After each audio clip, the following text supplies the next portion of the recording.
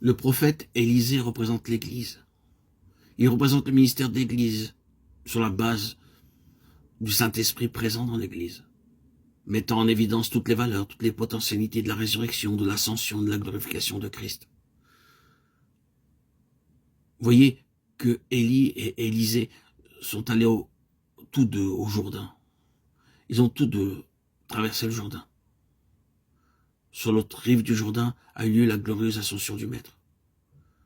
Alors le successeur, ramassant le manteau, recevant l'Esprit, s'est mis en marche pour manifester la puissance et les puissantes vertus de la vie de résurrection. Où est donc ce Seigneur? Où est donc le Seigneur, le Dieu d'Élie?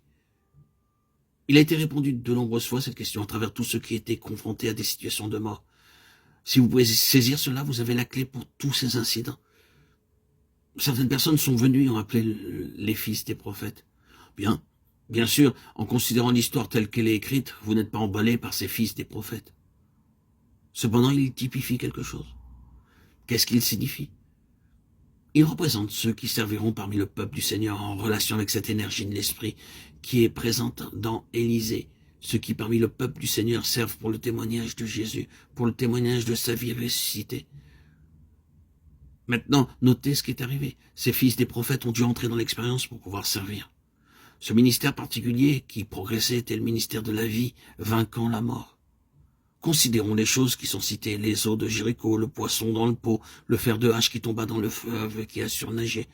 Tout fait allusion à la mort, agissant dans diverses directions de plusieurs manières, chacune d'elles ayant sa propre signification, et de la vie se manifestant triomphalement sur la mort lors de ces tentatives. Ces fils des prophètes ont eu l'expérience de tout cela. Et ils ont appris en étant terriblement éprouvés. Et chaque fois, il y avait cette attitude. Maître, qu'est-ce que nous ferons? C'est leur cri, sans cesse répété. Et il doit en être ainsi pour nous qui sommes aussi confrontés au même dilemme. Mais l'aspect essentiel, c'est que ce fut par les épreuves profondes et sévères que ces hommes ont éprouvé la puissance de la vie de résurrection, de telle manière qu'ils ont pu être appelés fils des prophètes. Nous voyons que cela correspond à ce passage qui a été cité. Voici moi et les enfants que l'Éternel m'a donnés, nous sommes des signes et des prodiges. Cela signifie quelque chose qui est en dehors du domaine humain, quelque chose de merveilleux, qui ne peut être attribué qu'à Dieu. Ils sont là pour être des signes et des prodiges. Et les fils des prophètes, aux côtés d'Élisée, manifestent son caractère en apprenant à son école de manière expérimentale. Maintenant, nous sommes bien d'accord sur le fait que nous avons l'Esprit. Le ministère de l'Esprit est le ministère de la vie, vainquant la mort de toute manière et en toutes les circonstances. Et notre éducation est en relation avec cela. Si nous devons entrer dans ce service, ce véritable ministère de vie parmi le peuple du Seigneur, nous devons parvenir à cette connaissance par l'expérience et par la puissance de sa résurrection.